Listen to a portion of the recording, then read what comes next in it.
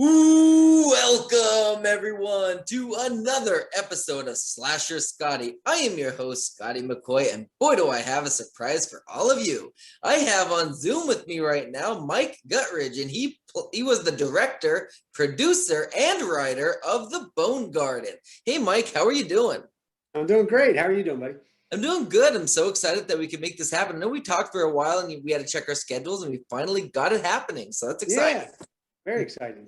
Yes. So the first question I have is, for those that are not familiar with the Bone Garden, can you tell everyone that is listening and watching to this what the Bone Garden is about? Yeah, the Bone Garden is about two best friends, and one of the best friends lives with, her husband in a college town. He's a college professor, and she suspects he's cheating on her. But then people start disappearing, and she wonders, is he guilty of murder too?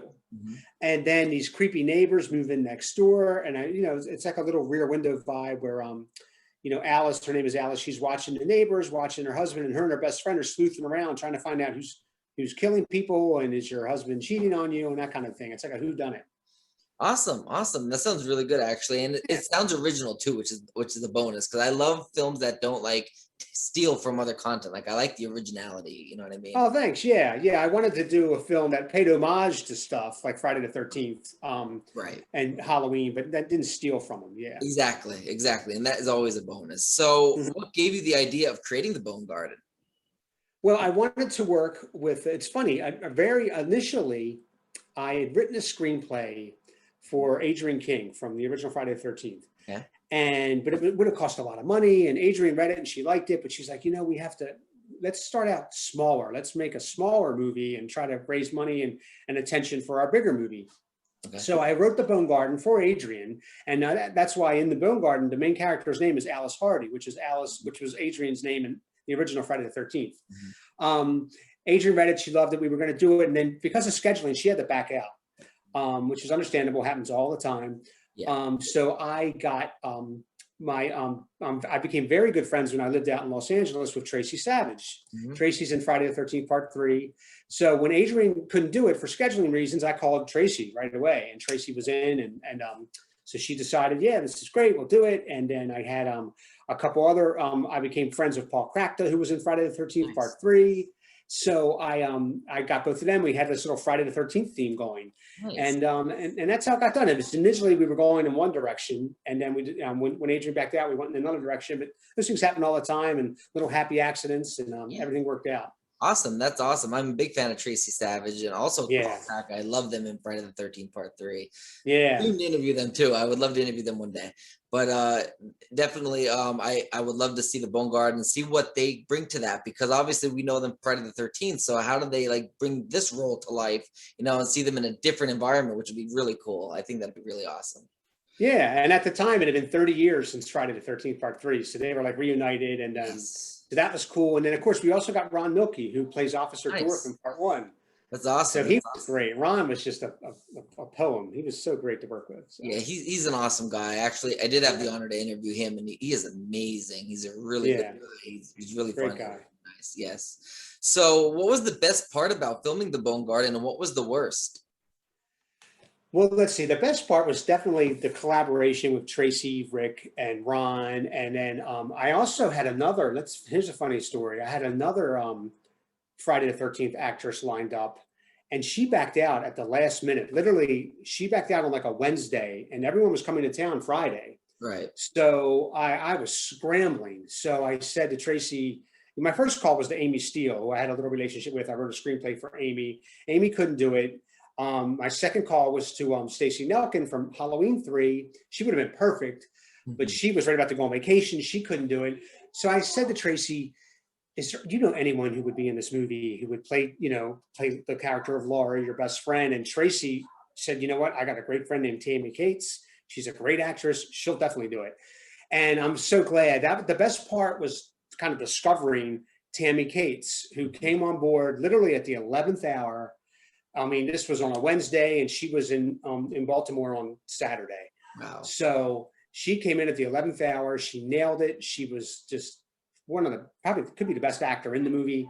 And I never would have known about her had this other actress not backed out and had Tracie not told me about Tammy. So the best part was kind of discovering Tammy, who just brought so much. She brought so much to the role that I regretted not making her part bigger. I wish she was in more of it, because Tammy really steals the show.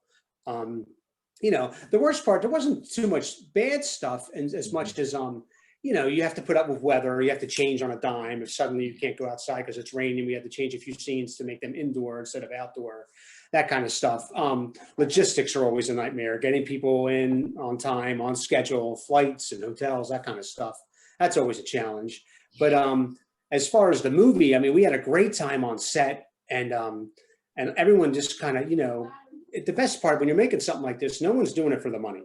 Right. No one's doing it because they have to. They're doing it because they want to. Right. And that's the best part. So that was really great. Awesome. That's awesome. So one of my questions was that you did have Tracie and Paul in this movie, of course. So what was it like working with them and having them part of your cast? It was awesome. Tracie and I had been friends before. We were very, she's one of my closest friends. And she's in my first film, my first short film, Loretta, which is on YouTube. Okay. It's this black and white little short film I did. She plays Loretta. So we had worked together. We worked at NBC together. I was a video editor. She was a reporter. So I knew her, and inside and out, we were dear friends. And then Paul and I had reached out to Paul years ago to make this movie called Wood Floors, which hopefully one day I'll get to make. Right. So Paul and I had known each other for about 6 or 7 years. Nice. He said, if you ever do something else, if you ever get funding for anything, let me know. So it was great, having him come in, and then the best was just having them together after, at the time, 30 years after part 3. That was really cool. It was really great. And they worked really well together. Nailed it. Paul was really good. That's awesome. That's awesome. Yeah. So what was the hardest part about getting the Bone Garden made? Raising money is always difficult. We had 3 investors, and at the pretty much last minute, 2 of them backed out. So we had 1 investor, and he decided, because I called the cast, I said, we just lost a ton of money. Do you guys want to not do this? It's fine. We can wait. But if you waited till you could afford to do anything, you would never do anything. So the cast was, and the crew were like, no, we'll all work for free. We'll just get it done. Let's just make it happen. And so the 3rd investor, he upped his ante a little bit, decided to give a little more money, just a little. It was very low budget. Yeah. And we got it made. And most of the budget went to plane fare and food for the crew, and then hotel rooms and stuff. Right. And go ahead. No, and then the rest of it went to like a little bit of, we had some special makeup effects and stuff like that. But everyone pretty much, just banded together, and it was great to see people doing it for the love, not for the money. Right. They did it for the love of filmmaking. So, absolutely. And pre-production is always the hardest part of any type of filmmaking, because you have to, of course, get the funds and the money, the scheduling, like all of that stuff falls into pre-production. And it really is the hardest part of the movie making process, at least to me. I always, the part I hated the most was always the scheduling. We're in that people now, and I hated scheduling. Brutal. Yeah. I always tell people filmmaking is phone calls. You're on the phone all the time trying to schedule everything.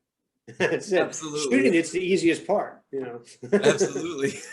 Exactly right. So what was the most fun or memorable moment about filming The Bone Garden? And do you have any fun behind the scenes stories about the film?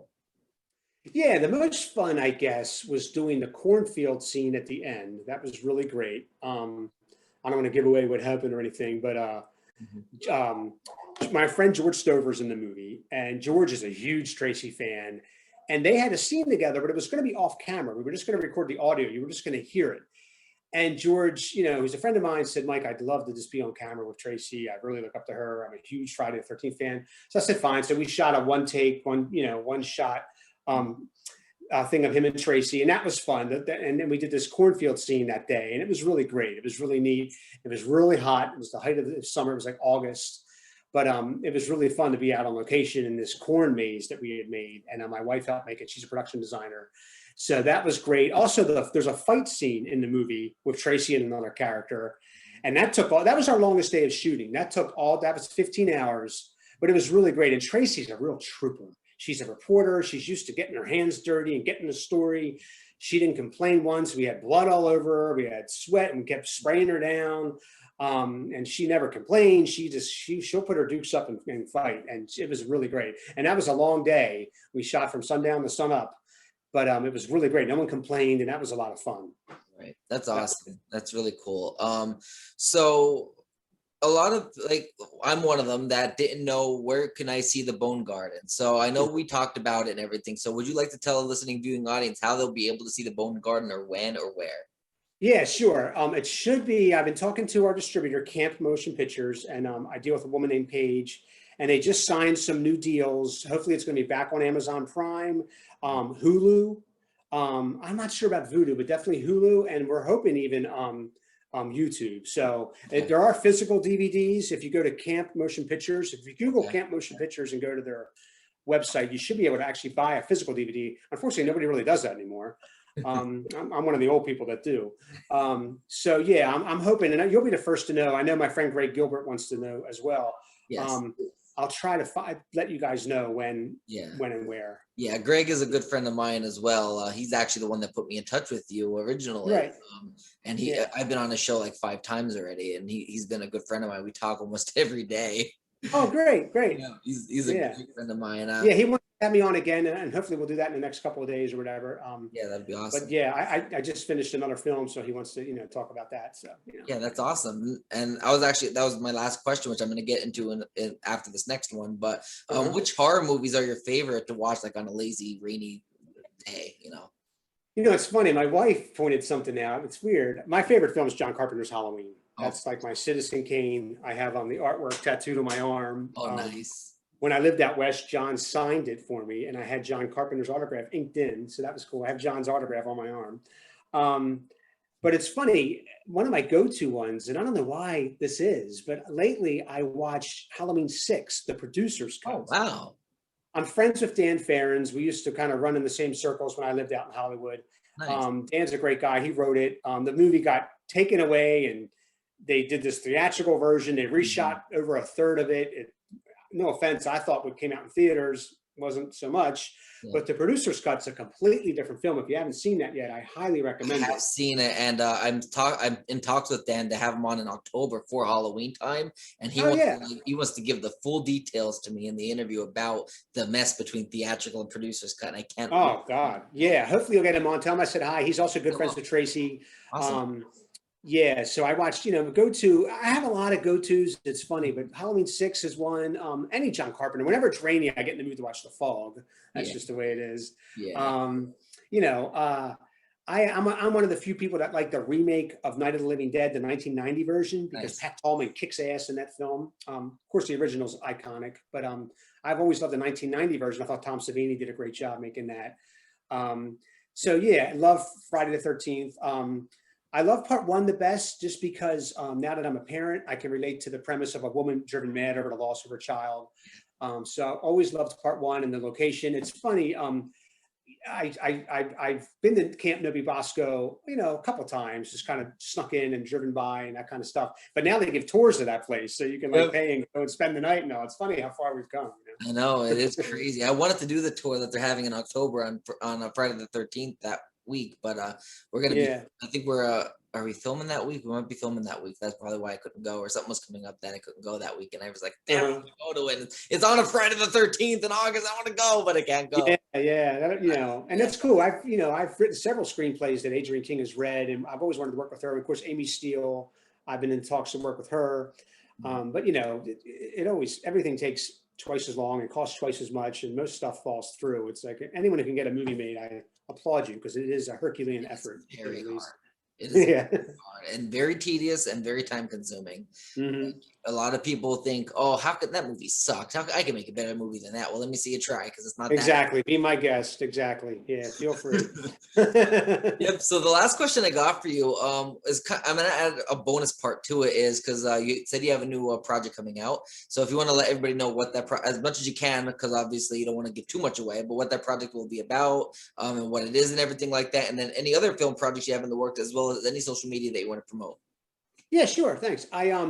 I just finished a film called Shadows, and it's funny. It's not a horror film. However, it was inspired by Friday the 13th. Nice. So I'm watching Friday 13th for the umpteenth time. It plays almost once a day at my house.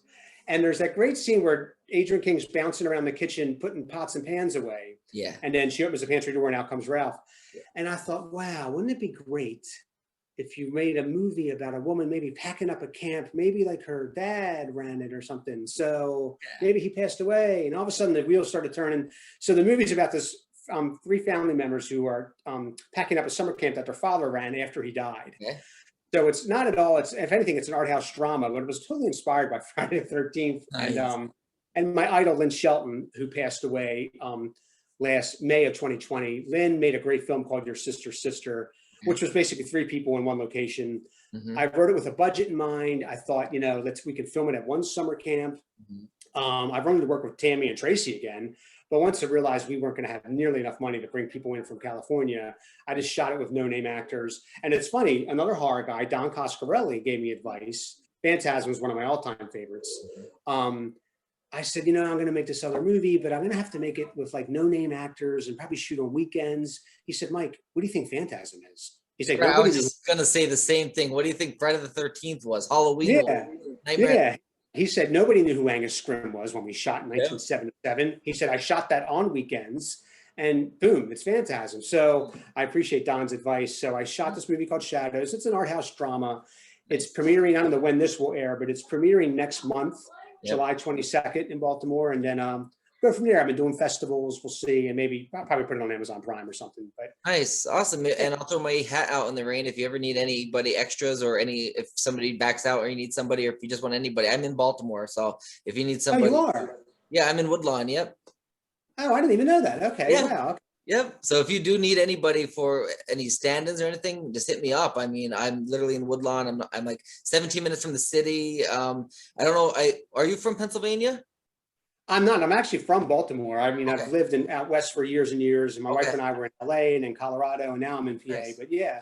Nice. Yeah, because I go back to Pennsylvania every other weekend because my parents live in PA. I came here for when I got a job with the Coast Guard. But yeah, so I travel to and from Pennsylvania all the time, but I'm primarily in Baltimore. But yeah, if you do need anybody, like if you're ever stuck or if you want somebody to audition, just let me know or send out a casting call. I'll be more than happy to audition as well. Like I said, I'm local in that too. So awesome. I certainly will. That's good to know. Yep. I mean, I love being in indie film. Like I said, I don't expect any compensation at all to begin with. Like for the art, it's really fun. So who do you work? What are you working on now? You mentioned you have a film.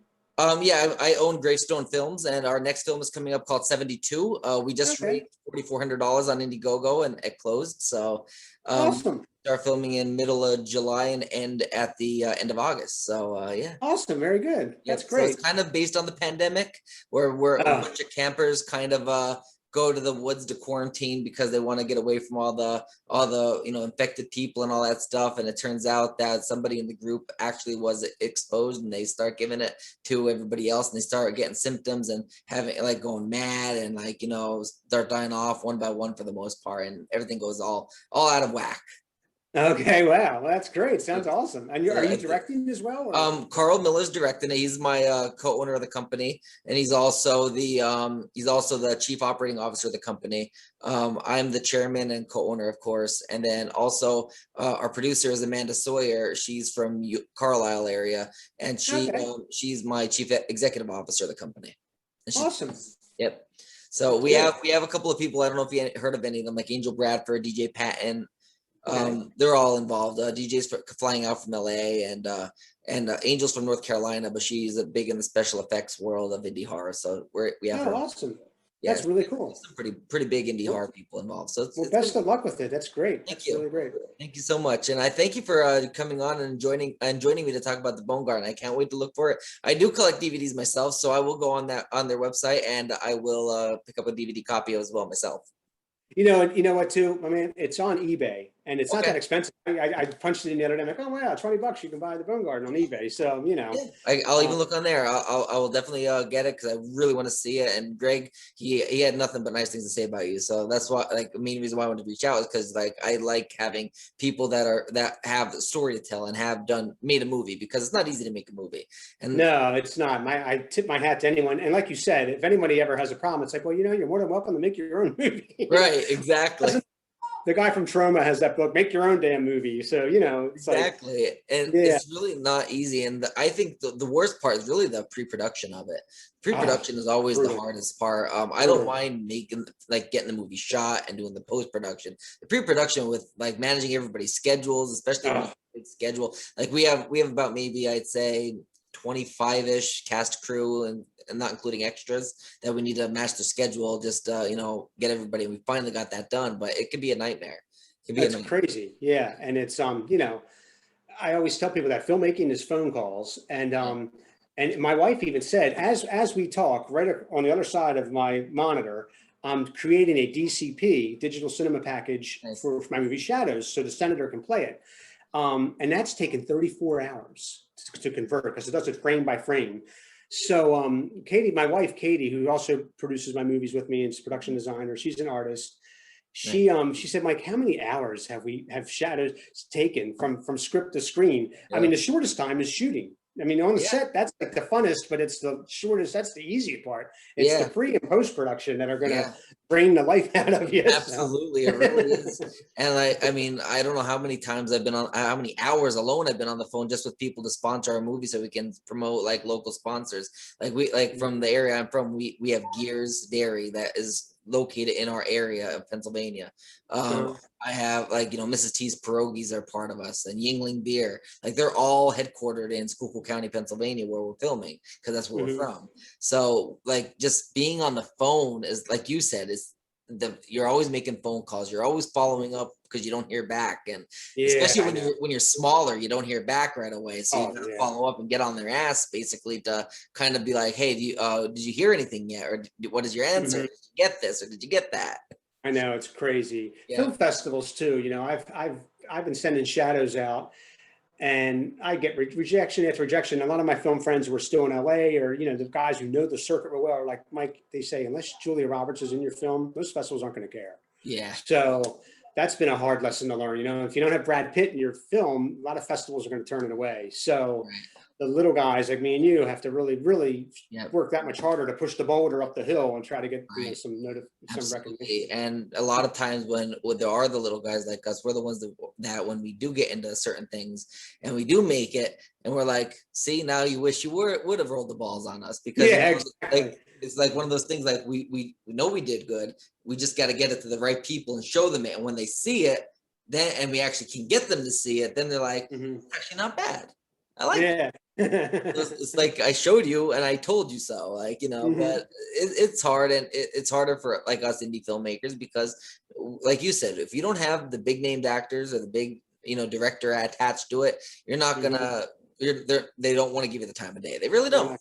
And like I had to reach out to some of my Friday the 13th friends that I'm friends like with Adam Marcus and Debbie Voorhees. Like I had to reach out to some of them and be like, hey, can you look at this and like promote this? Like I'll give them a free copy just so they can promote it, because they have a bigger following than I do. Yeah. Adam's always a great guy, and I'm one of the few people, and I'm proud to say I've always loved his Part 9. Oh, I did too. I liked how they had to do a reshoot with some teenagers, but basically it's all middle-aged people getting killed in that film. And I like how he took it in a new direction, and I think it's one of the best beginnings of any Friday when that actress is up by herself at the camp, the woman from Roadhouse. I've always loved his Part 9, and he's a real great guy. He's a really great guy, and when I interviewed, not when I interviewed him, I did interview him, but when I was younger, I used to hate that movie because it wasn't your typical Friday the 13th. But as I got older and became a filmmaker, I appreciated it. Yeah, I really appreciated the art it became, and it did get its cult classic following. Obviously, now with Hearts of Darkness, the Making of the Final Fridays coming out, and like it's getting its own following, and it's getting the appreciation it truly deserves. It might have taken 20, 30, 40 years, but it got there. Hey, you know what? We'll slow, but we'll get there. Like kind of like John Carpenter's The Thing, which after years and years finally got recognition. Absolutely. That was a total bomb when it came out. Yeah. Well, I thank you, Mike, for joining me. It's been an honor. Sure. Yeah, my pleasure, man. Watch the movie. If you can get a hold of a copy, I'll let you know. I'll gladly come on and talk to you about it again if you have watched the movie and have more questions, for sure. Absolutely. I would be honored to do that. I would love to have you on again. I had a great time talking to you and learning a little bit more about the Bone Garden than I didn't know. And now I definitely want to see it. And when I do see it, I will definitely have you on again. We will discuss this some more. All right. Sounds great. Awesome. Thanks, Scotty. Thank you. You have a good rest of your day, Mike. You too. Take care. Yep, bye.